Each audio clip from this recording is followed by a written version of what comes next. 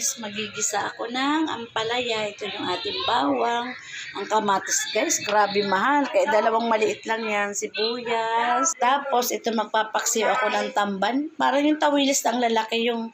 Ayan guys, so flat na ano, ayan o. Sariwang-sariwa yan nabili ko guys. Papaksiw ko siya. Ito na guys yung ating paksiw. May suka na yan guys. Ayan. Maya-maya yung ampalaya yung susunod ko. Ang paksiw ko guys, natuyuan. Nanonood kasi tago-order ako guys sa TikTok. Natuyuan yung paksiw ni Manay. Pag-isa na tayo ng ating ampalaya guys.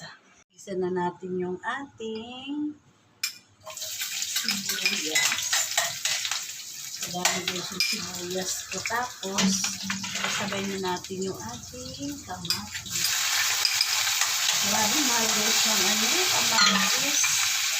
Tapos yung ating bawang. Tapos guys,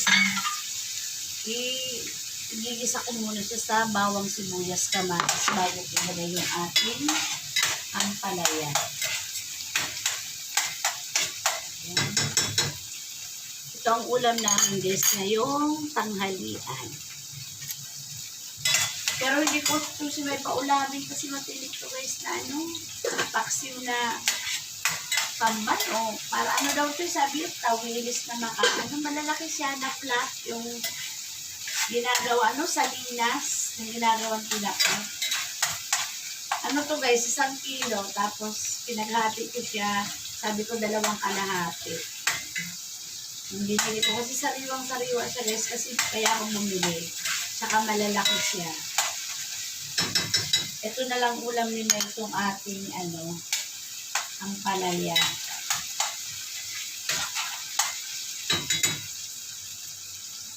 Ito ilalagay ko na yung aking itlog kasi siya, lutong-luto na yung aking kamatis at sibuyas at bawang. Tapos, lulutuin ko muna itong itlog bago ko ilalagay yung aking ampalaya. Nagto lang ako guys magluto nito. Tapos lagyan natin ng paminta. Ayun ating konting patis.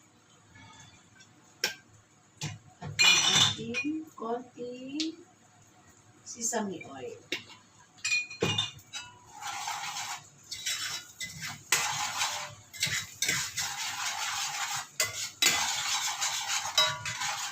Lagyan natin guys ng ginisa mix.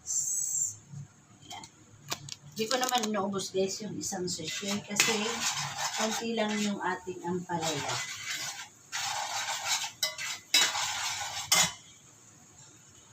Ito na yung ating itlog. Para na siya guys in-scramble. Lagay din natin yung ampalaya. Ito guys yung ating ampalaya. Ano to pala guys? 2 maliit. Yung ampalaya kong niluto. Sagyan natin ng konting tubig. Ay, malalaglag pa. Tapos takpan ko na ito guys para maluto yung ating gulay.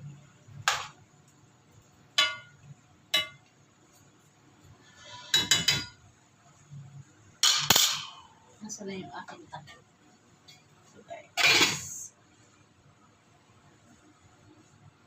Ito na siya guys, yung ating ginasang ampalaya. Maya tikman ko.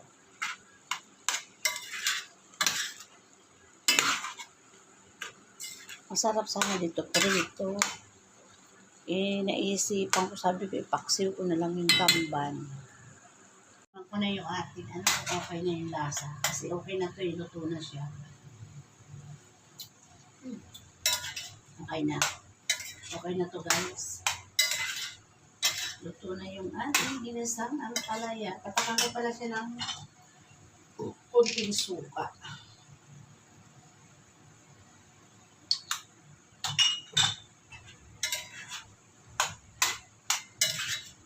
Yan. Okay na yung ating ginasang ampalaya. Ulam naman namin to guys ngayong tanghalian. Okay na to.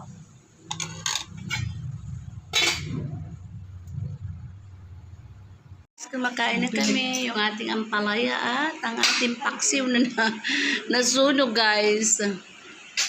Kain po. May halong brown rice yan. Tibay mo sila.